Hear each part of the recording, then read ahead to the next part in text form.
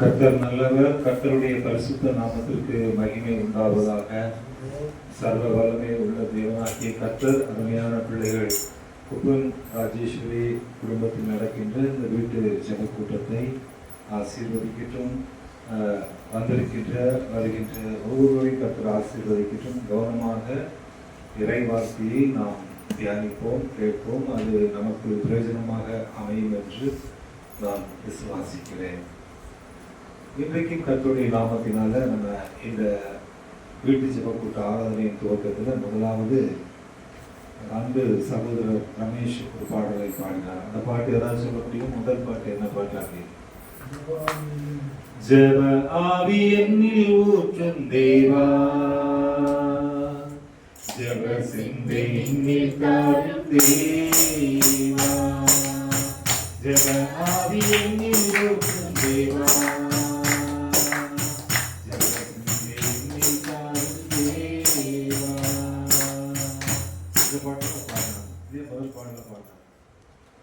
அப்ப இன்னைக்கு வரும்பொழுது ஜபத்தை குறித்து தான் இன்னைக்கு பேசணும் அப்படின்னு ஆண்டவர் சொன்னதுனால அதை குறித்து நான் அப்படியே யோசனை பண்ணிக்கிட்டே வந்தேன்.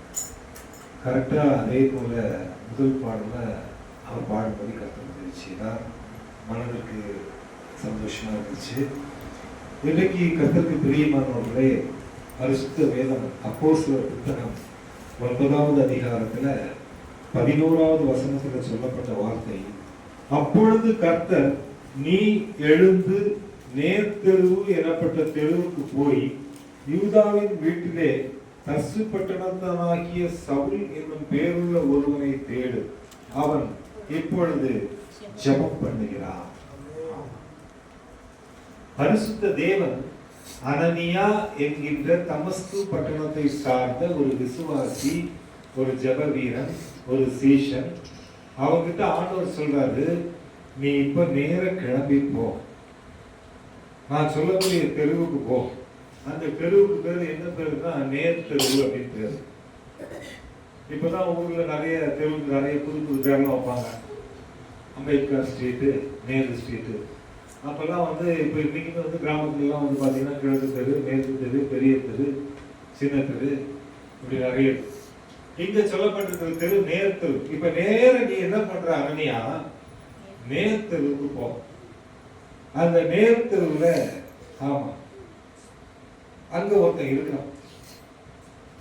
அவன் யாரு கொஞ்சம் தேடு, அங்க விசாரி. தர்சு பட்டணத்தாகிய சவுல் என்னும் பேருள்ள ஒருவனை தேடு. இப்ப அவனை தேடி போ.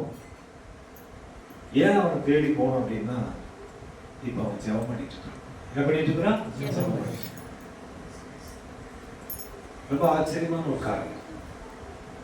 கடவுளுக்கு விரோதமான காரியங்களை செய்ய வேண்டும் என்று சொல்லி எருசலேமில் இருந்து அதற்குண்டான ஆணைகள் எல்லாம் வாங்கி கொண்டு தமஸ்குக்கு புறப்பட்டு சென்ற சவுல் அங்க போயிட்டு அங்க இருக்கிற எல்லாரையும் அரெஸ்ட் பண்ணி உள்ள போனோம், அவர்களை கொலை செய்ய வேண்டும் என்ற ஒரு வெறியோடு இயேசுவுக்கு விரோதமாக எழுப்பின சவுல். அவன் போகும்பொழுது வானத்திலிருந்து ஒரு ஒளி வந்து அந்த ஒளி நிமித்தம் அவன் கீழே விழும்போது அவன் விழுந்த நேரத்திலே வானத்திலிருந்து ஒரு சத்தம் உண்டாகிறது, சவுலே சவுலே ஏன் என்னை துன்பப்படுத்துகிறாய்? இந்த சத்தத்தை கேட்ட உடனே அவன் பார்க்கிறான், சத்தம் மட்டும் கேட்கிறது, ஒருவரையும் காணவில்லை. அவன் சத்தத்தை கேட்டு அவன் உடனே அவரிடத்தில் கேட்கிற கேள்வி, ஆண்டவரே நீர் யார்? அவர் சொல்லுகிறார், நீ துன்பப்படுத்துகிற இயேசு நானே. அடுத்து இவன் கேட்கிறான், ஆண்டவரே நான் என்ன செய்ய சித்தமா இருக்கிறீர்? உடனே அவர் சொல்றாரு, நீ போ, நீ என்ன செய்யணும்னு சொல்லிட்டு உனக்கு சொல்றதுக்கு ஒருத்தன் வரலாம் அப்படின்னு சொல்றாரு. இவன் அந்த நேரத்துல அவனுடைய கண் பார்வை போயிடுது. அந்த கண் பார்வை போய், அது வரைக்கும் நல்ல கண் பார்வை இருந்தவன், அவன் கண் பார்வை போய் தடவிட்டு இருள எல்லாருக்கும் கண்ணு தெரியுது, அவனுக்கு மட்டும் கண்ணு தெரியல. அவன் ரொம்ப வேதனைப்படுறான். எவ்வளவு அதிகாரம் உள்ளவன், பலம் உள்ளவன், எல்லாரையும் நடிச்சு நொறுக்கணும் பிளான் பண்ணிட்டு வந்தவன் இப்போ குருடனை போல மாறி போனான். இப்போ நேர்த்தூரில் இருக்கிற ஒரு வீட்டுக்கு வந்து அந்த வீட்டில் இருக்கான். ஏன்னா அவனுக்கு வீட்டை விட்டு வெளியே போக முடியாது. ஏன்னா அவனுக்கு கண்ணு தெரியாது. கண்ணு தெரியாததுனால வீட்டை விட்டு வெளியே போக முடியாது. ரொம்ப வேதனைப்படுறான். அவன் 3 நாள் தண்ணி குடிக்கல, சாப்பிடல அப்படின்னு பைபிளில் போட்டான். அவன் குசியாமலும் குடியாமலும். ஏன்னா நல்ல போஷாக்க வாழ்ந்த மனுஷன், அதிகாரமா வாழ்ந்த மனுஷன் நொறுக்கப்பட்டு கண் பார்வையற்றவனாய் இருந்ததுனால அவனுக்கு தண்ணி குடிக்கல, அவனுக்கு சாப்பிடவும் பிடிக்கல. அதனால வெறுத்து போய் நான் வாழ்க்கையில் மிகப்பெரிய பாவத்தை செய்து விட்டேனே, இந்த கடவுளுக்கு விரோதமாக நான் செயல்பட்டு விட்டேனே, இந்த கடவுளை வணங்குகிற பிள்ளைகளை எல்லாம் நான் துன்பப்படுத்த ஆரம்பித்தேனே என்று சொல்லி வேதனையோடு புலம்பி அந்த 3 நாள் முடியும் போது அவன் அழுது கண்ணீரோடு ஜெபிக்கிறான், பிரார்த்தனை செய்கிறான். கடவுளே என்னை மன்னி, நான் தவறு செய்து விட்டேன், அநேக ஜனங்களை துன்புறுத்தி விட்டேன், அநேகரை கொலை செய்வதற்கு நான் காரணமாகிவிட்டேன், நான் ஒரு பெரிய பாவி, நான் ஒரு பிரதான பாவி, என்னை மன்னி என்று சொல்லி கதறி அழுது பிரார்த்தனை செய்ய ஆரம்பிக்கிறார். அப்போதான் அந்த பிரார்த்தனை, அந்த ஜெபம் கடவுளை சமூகத்துக்கு வருகிறது. அவர் உடனே இந்த அனனியாவை கூப்பிட்டு, அவருடைய சத்தம் அனனியாவுக்கு போகிற அனனியா என்கின்ற இயேசு கிறிஸ்துவுடைய சீஷன், அவனை கூப்பிட்டு, நீ இப்போ உடனே கிளம்பி போ, நேர்த்தெருவுக்கு போ, அங்க ஒருத்தன் வந்திருக்கிறான், இந்த தமஸ்கு பட்டணத்துல எல்லாரையும் அழிச்சிடலாம், இயேசு கிறிஸ்துவை யாரெல்லாம் கூப்பிடுறாங்களோ அவங்களெல்லாம் உண்டுகளம் பண்ணிடலாம் அப்படின்னு வந்தான். ஆனா இப்ப அவன் தான் இயேசுவை பத்தி பேச போறான். ஹல்லேலூயா. அழிப்பதற்காக யார் வந்தானோ அவன் தான் இயேசு நல்லவர் என்று சொல்ல போகிறான். நீ போ, போய் அவனை தேடு. ஏன்னா 3 நாளைக்கு பிறகு இப்ப அவன் ஜெபம் பண்ண ஆரம்பிச்சிட்டான். என்ன பண்ண ஆரம்பிச்சிட்டான்? ஜெபம் பண்ண ஆரம்பிச்சிட்டான். கர்த்தருக்கு பிரியமானவர்களே, ஜெபம் நம்முடைய வாழ்க்கையில ஒரு மிகப்பெரிய அசைவை கொண்டு வரும். இன்றைக்கு நாம் இந்த வீட்டு ஜெப கூட்டத்திலே பார்க்கக்கூடிய காரியம் என்னன்னு பார்த்தாச்சுன்னா, நம்ம வீட்டுல நம்ம குடும்பத்தில் இருக்கிற ஒவ்வொருவரும் நம்முடைய வாழ்க்கையில நம்ம காரியங்களுக்காக ஜெபிக்கிறவங்களா காணப்படுறோம். ஜெபம்னா என்னது? ஒண்ணுமே கிடையாது. ஒரு பிள்ளை அப்பாட்ட பேசுற ஒரு காரியம், அதான் ஜெபம். ஜெபம் பண்ணா என்ன நடக்கும்? எல்லாமே நடக்கும். ஹல்லேலூயா. இதுதான் நடக்கும், அதுதான் நடக்கும் அப்படின்னு இல்ல. ஜெபம் பண்ணா எல்லாமே நடக்கும். ஜெபத்தை நம்ம வாழ்க்கையில முக்கியமா வைக்கணும். ஜெபம் பண்ணும்போது நம்முடைய அந்த சரீரத்துல, நம்முடைய ஆவியில ஒரு பெரிய மாற்றத்தை நம்ம பார்க்க முடியும். லூக்காவின் புத்தகத்தை பார்க்கும் பொழுது,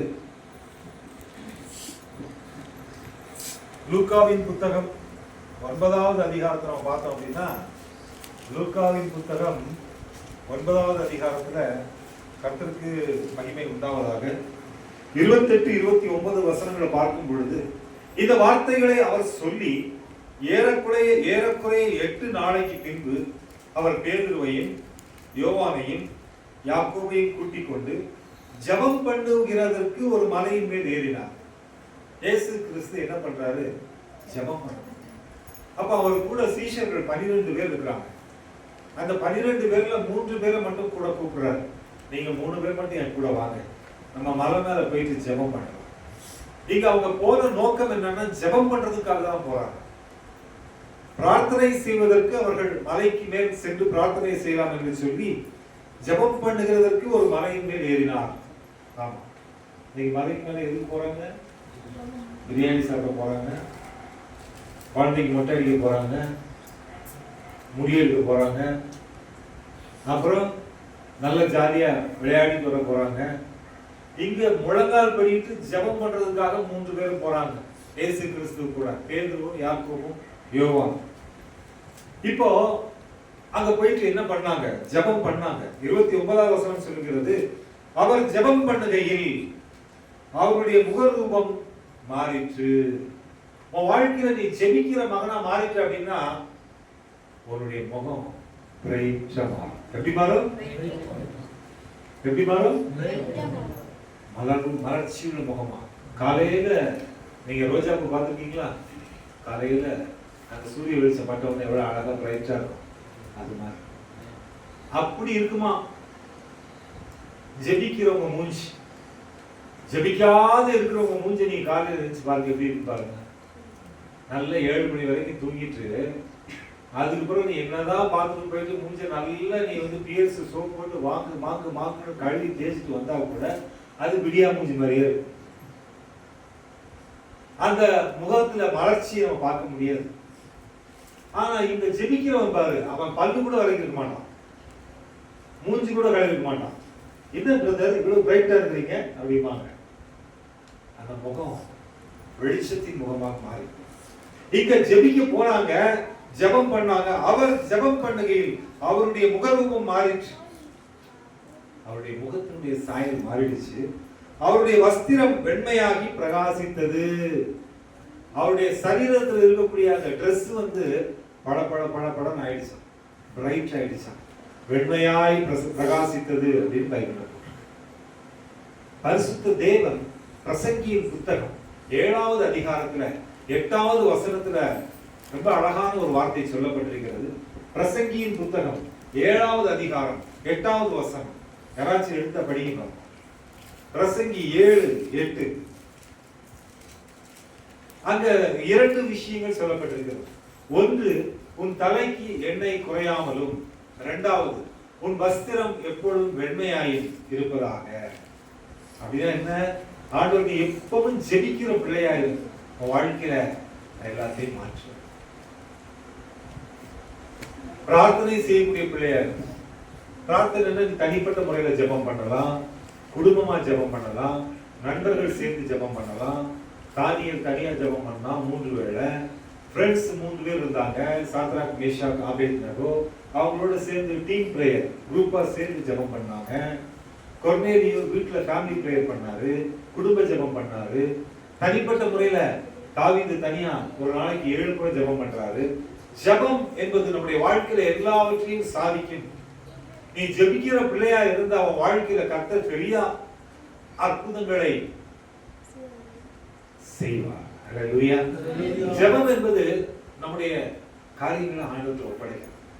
உனக்கு உடம்புல பிரச்சனை இருக்கா, தேவ சமூகத்துல ஜெபம் பண்ணு. உனக்கு கடன் பிரச்சனை இருக்கா, ஜெபம் பண்ணு. உன் குடும்பத்துல உன் பிள்ளைகள் மூலமா உனக்கு சமாதானம் இல்லாம இருக்கா, ஜெபம் பண்ணு. உன் வாழ்க்கையில ஏதோ ஒரு பெரிய தேவைகள் இன்னும் சந்திக்கப்படாமல் இருக்கா, ஜெபம் பண்ணு. குடும்பத்துல பிசாசு தொல்லை, ஒரே சண்டை சச்சரவு இதெல்லாம் இருக்கா, ஜெபம் பண்ணு.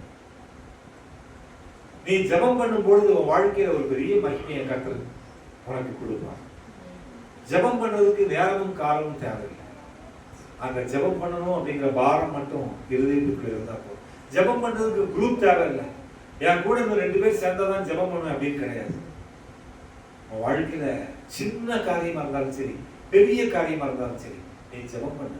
கிச்சன்ல நீ வந்து நீ எவ்வளவு டெய்லி காலையில இருந்து சாயங்காலம் நைட் வரைக்கும் கிச்சன்லயே தான் மாங்குன்னு லேடிஸ் எல்லாம் நீங்க கஷ்டப்படுறீங்க.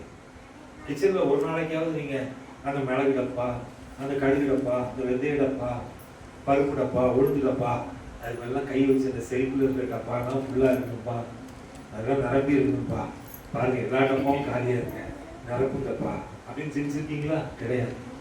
பாட்டு மட்டும் பாட வேண்டியது, நிரப்புங்கப்பா உங்க வல்லமையால. ஆமா, கொஞ்சம் ஞானமா எல்லா காரியங்களையும் செய்யும். பாருங்க, ஜெபத்தை கர்த்தர் கேட்கிறார். ஜெபத்தை கர்த்தர் கேட்கிறார். நீ கிச்சன்ல செல்ஃப்ல கை வச்சு ஜெபம் பண்ண, கர்த்தர் அந்த கிச்சன்ல இருக்க டப்பா ஃபுல்லா ஃபில் பண்ணுவார். ஃபுல்லா என்ன பண்ணுவாரு? கேஸ் சிலிண்டர் வந்து புதுசா மாட்டும்போது ஜெபம் பண்ணு, கர்த்தாவே இந்த சிலிண்டர் ஆசீர்வதிங்கப்பா அப்படின்னு சொன்னா 30 நாள் வர சிலிண்டர் கண்டிப்பா 10 நாள் எக்ஸ்ட்ரா வரும். அல்லேலூயா, வரும். ஆமா, நம்ம வாழ்க்கையில எல்லா சிச்சுவேஷன்லயும் ஜெபம் பண்ணணும். நீ காலையில வீட்டுல இருந்து வெளியே புறப்பட்டு போற, ஒரு ஜெபம் பண்ணிட்டு வெளியே போ. நீ விழுந்தா கூட அடிபடாது, விழுந்தா கூட. ஆமா, அதான் நான் உங்களுக்கு சொன்னேன், போன வாரம் கூட சொன்னேன் சாட்சி. நடு ரோட்ல ஜங்ஷன்ல விழுந்து இருந்துச்சோம், ஒரு அடிபடல, வண்டிலையும் அடிபடல, எனக்கும் அடிபடல. எதிரில் வந்த 70 வயசு தாத்தா, அவருக்கும் அடிபடல. 2 பேர் வண்டிக்கும் அடி இல்லை, அவருக்கும் அடி இல்லை. கர்த்தர் 2 பேருக்கும் சமாதானத்தை உண்டாக்குறார். அப்ப நம்மளுடைய வாழ்க்கையில நீ ஒவ்வொரு நாளும் நீ உன் வேலையை துவங்குறதுக்கு முன்னாடி ஜெபம் பண்ணி துவக்குறியா அப்படிங்கிறது ரொம்ப முக்கியமா. அதுவும் வாழ்க்கையில் ஒரு பெரிய பிளஸிங்க, ஒரு பெரிய ஆசீர்வாதத்தை உனக்கு கொண்டு வரும். கர்த்தருக்கு தெரியுமா? கடைசியாக சங்கீதம் 20:1. சங்கீதம் 20:1 எடுத்தவங்க சத்தமா படிங்க, தெலுங்குலயோ தமிழ்லயோ. ஆபத்து நாளிலே கர்த்தர் உமது ஜெபத்தை கேட்பாராக. கர்த்தர் உமது ஜெபத்தை கேட்பாராக. யாக்கோபின் தேவனுடைய நாமம் உமக்கு உயர்ந்த அடைக்கலம் ஆவதாக. நல்லா கவனிங்க. ஆபத்து நாளிலே கர்த்தர் உமது ஜெபத்தை கேட்பாராக. உனக்கு ஒரு ஆபத்து உனக்கு தெரியாது, ஏதாவது ஒரு சிச்சுவேஷன்ஸ்ல ஒரு ஆபத்து உனக்கு இருக்கும், காத்திருக்கும். தெரியவே தெரியாது. ராஜேஸ்வரி சிஸ்டருக்கு ஒரு ஆபத்து இருக்கும் தெரியாது. சந்தோஷமா புறப்பட்டு போறாங்க ஜோடியா 2 வீலர்ல.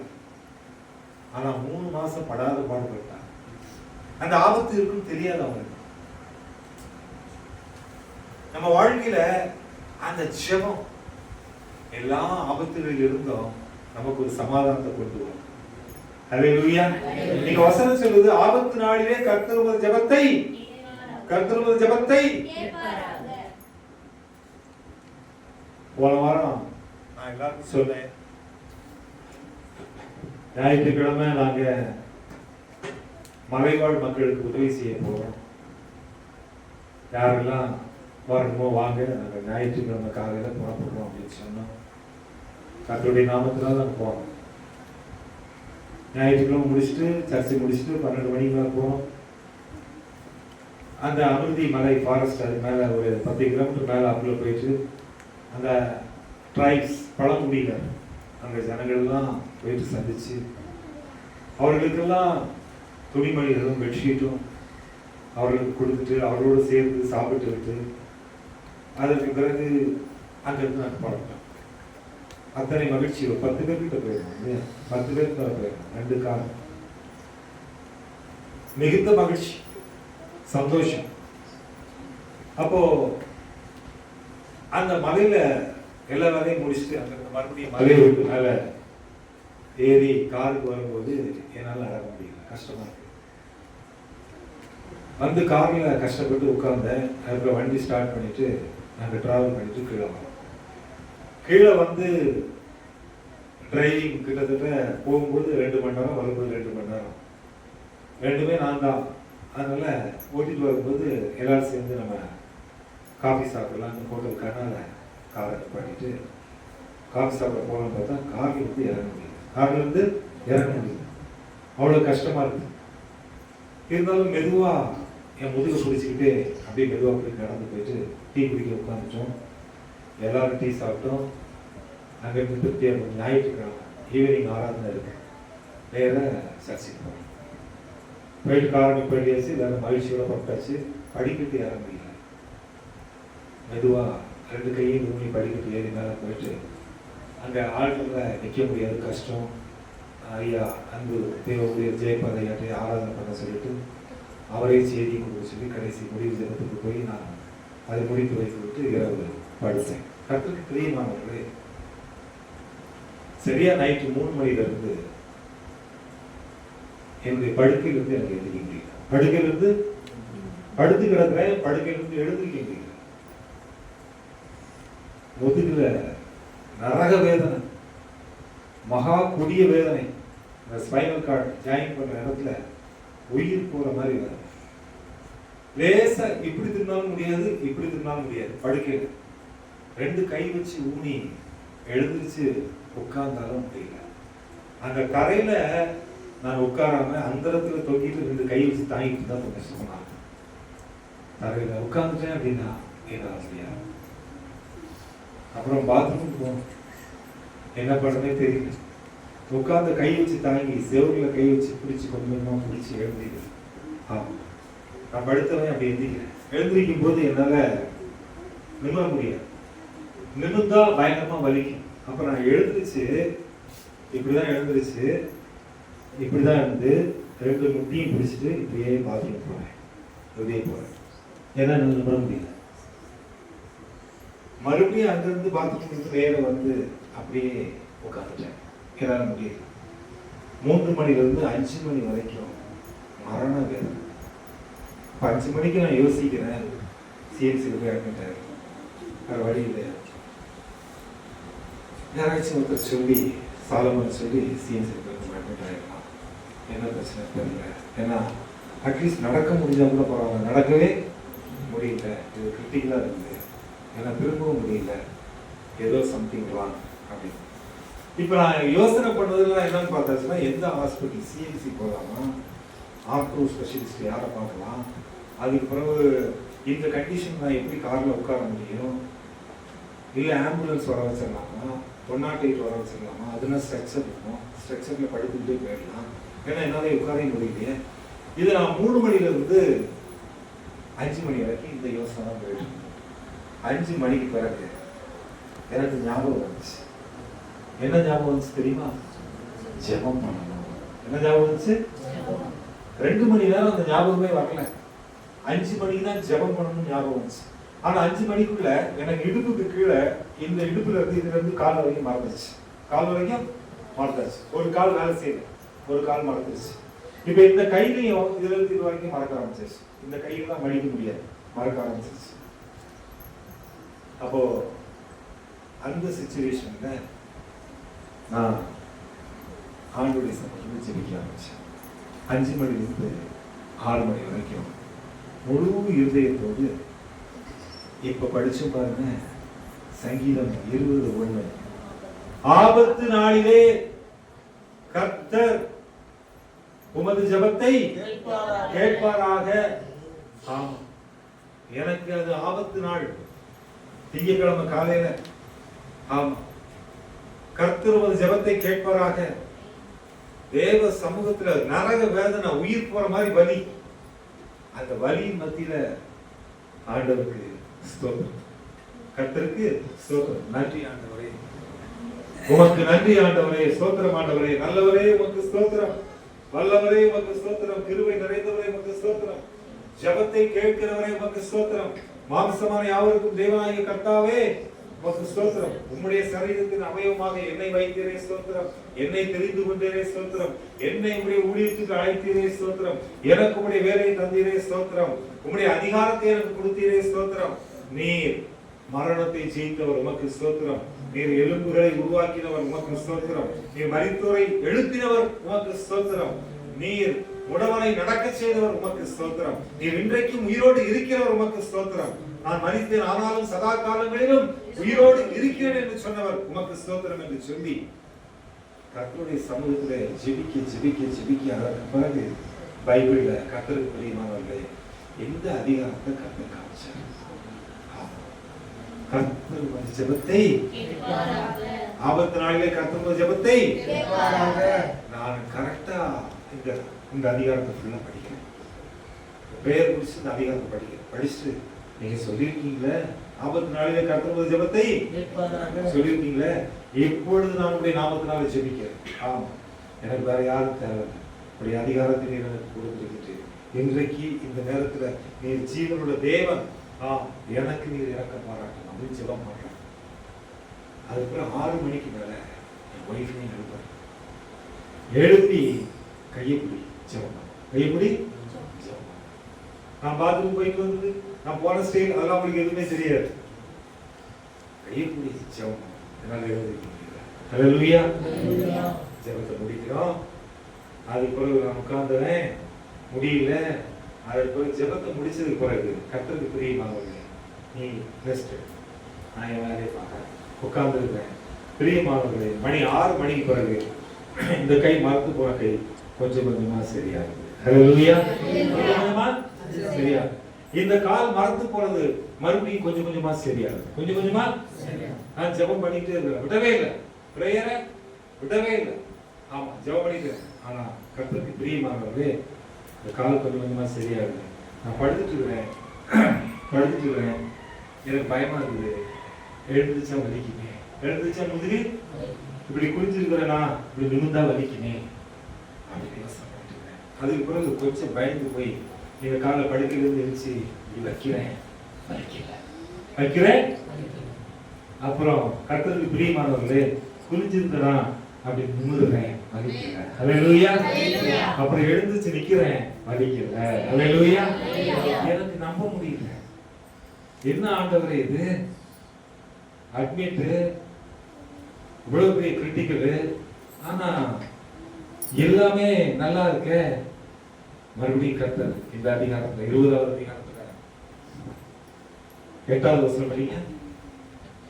அவர்கள் முறிந்து விழுந்தார்கள், நாங்களோ எழுந்து நிமிர்ந்து நிற்கிறோம். ஹல்லேலூயா. எனக்கு ஏதோ விரோதமாக எழுப்பின சத்துருக்களின் கிரியைகளை கர்த்தர் முறித்து போட்டார். அவர்கள் முறிந்து விழுந்தார்கள். நான் படுக்கையில் இருந்த என்னை பரிசுத்த தேவன் எழுந்து எழுந்து நிமிர்ந்து நிற்க செய்தார். ஹல்லேலூயா.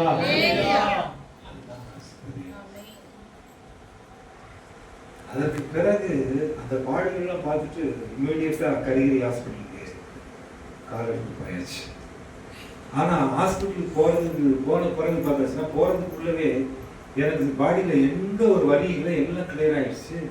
அங்க டாக்டர்கிட்ட போயிட்டு உட்கார்ந்து இவ்வளவு பிரச்சனையும் சொல்லி மறுத்துச்சா, கால் மறுத்துச்சா, கை மறுத்துச்சா, நல்லா நடக்கிறீங்களா, நல்லா நடக்கிறீங்களா, படுங்க, செக்ஷன்ல படுங்க, முட்டியை தூக்கி மடக்கி அந்த பக்கம் திருப்புறாரு, இந்த முட்டியை தூக்கி இந்த பக்கம் திருப்புறாரு, காலை இப்படி வைக்கிறாரு, இப்படி வைக்கிறாரு, என்னெல்லாமோ பண்றாரு. இப்படி இப்ப வலிக்குதா, இப்ப வலிக்குதா, நீங்க எப்படி பண்ணாலும் வலிக்கல, எப்படி பண்ணாலும்.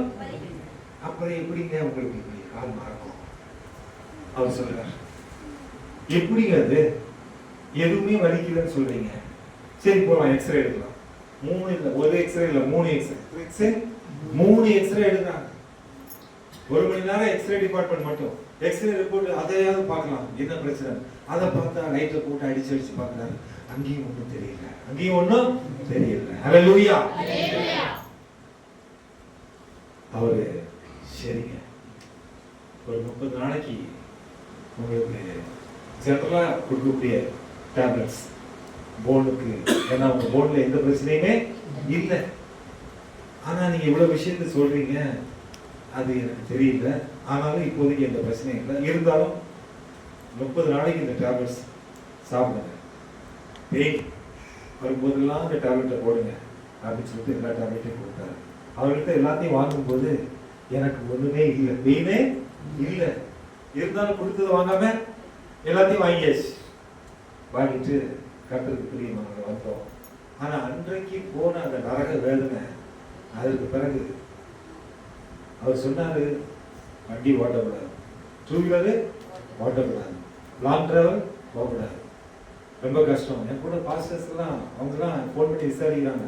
ஒருத்தர் திருப்பத்தூர்ல இருந்து கிளம்பி வந்துடுறேன், என்ன பிரச்சனை தெரியல, ஆனா அன்னைக்கு சாயங்காலமே நான் வாக்கிங் போறேன். ஹல்லேலூயா. சாயங்காலமே வாக்கிங் போயிட்டு இருக்கேன். கேட்குறாங்க ஃபோன் பண்ணி, எங்க இருக்கு கிரவுண்ட்ல வாக்கிங்? என்ன சொல்றீங்க, கிரவுண்ட்ல வாக்கிங்ல இருக்கீங்களா? ஆமா வாக்கிங். அன்னைக்கு நாங்க அடுத்த நாளே காலையில் 2 வீலர்ல வெளியே போக ஆரம்பிச்சிட்டோம். கர்த்தருக்கு பிரியமானவர்களே, இருந்தாலும் ஆண்டவர் அன்றைக்கு ஒரு எச்சரிக்கை கொடுத்தார். எதை கொடுத்தாரு? எச்சரிக்கை கொடுத்தார். என்ன எச்சரிக்கை தெரியுமா? சரீர பலவீனம் இல்லை, நீ எந்த சிச்சுவேஷன்ஸ்லயும் ஜெபம் பண்ணா நான் கேட்பேன். ஹல்லேலூயா. எப்பேற்பட்ட சிச்சுவேஷன் உனக்கு காணப்பட்டாலும் சரி, நான் மரண இருளின் பள்ளத்தாக்கிலே நடந்தாலும் பொல்லாப்புக்கு பயப்படேன், தேவரே நீர் என்னோடு கூட இருக்கிறீர், உமது கோல் உமது தடியும் என்னை. அதுதான் விசுவாசம். ஜெபம் உன் வாழ்க்கையில பெரிய அசைவை கொண்டு வரும். ஏன் தரையில உட்கார்ல நீங்க பெல்ட் போட்டுருக்கேன் இடுப்புல, ஆமா அதனால உட்கார முடியாது, அதனால சேர்ல உட்கார். கர்த்தருக்கு பிரியமானவர்களே, இன்றைக்கு நான் உங்களுக்கு சொல்லக்கூடிய ஆலோசனை, நீ சந்தோஷமா இருக்கும்போது ஜெபம் பண்றது பெரிய விஷயம். வாழ்க்கையில மகா கொடிய வேதனைகள் கஷ்டம் காணப்படும் போது நீ முட்டி போட்டு ஜெபம் பண்ண, தேவ சமூகத்துல முழு இருதயத்தோட ஜெபம் பண்ண. உன் வாழ்க்கையில உன் இருதயம் நொறுக்கப்படும் போது, அந்த நொறுக்கப்படும் போது நெருக்கத்தின் மத்தியிலையும் உன் வாழ்க்கையில நீ ஜெபம் பண்ண ஆரம்பி, பிரார்த்தனை செய்ய ஆரம்பி. பரிசுத்த தேவன் உன் வாழ்க்கையில காணப்படக்கூடிய எப்பேற்பட்ட மலை போல பிரச்சனையா இருந்தாலும் அதை ஒன்றும் இல்லாமல் நிர்மூலமாக அதை நொறுக்கி போடுவார். என்ன பண்ணுவாரு? வசனம் சொல்லுது, அவர்கள் நொறுங்கி விழுந்தார்கள், அப்படிதான் போடுங்க, அவர்கள் முறிந்து விழுந்தார்கள், நாங்களோ எழுந்து நிமிர்ந்து நிற்கிறோம். 8வது வசனம், நாங்களோ எழுந்து நிமிர்ந்து நிற்கிறோம். ஆமா, வாழ்க்கையில நீ எப்ப ஜெபிக்கிற மகனா மாறுறியோ, எப்ப ஜெபிக்கிற மகனா மாறுறியோ, நீ விழுந்து போய் கிடந்தால் உன் வாழ்க்கையில, இந்த பூமிக்குரிய வாழ்க்கையில எந்தெந்த சூழ்நிலையில விழுந்திருக்கிறையோ அந்த விழுந்து போன சூழ்நிலையில இருந்து பரிசுத்த தேவன் உன்னை எழுந்து நிமிர்ந்து நிற்க செய்வார். ஹல்லேலூயா. அவர் என்ன பண்ணுவாரு? அவர் என்ன பண்ணுவாரு? உன்னை எழுந்து எழுத மட்டும் செய்ய மாட்டார். எழுந்து கூட நீ வந்து அப்படி சோகமா போக மாட்டார். எழுந்த பிறகு உன்னை என்ன பண்ணுவார்? நிமிர்ந்து நிற்க செய்வார்.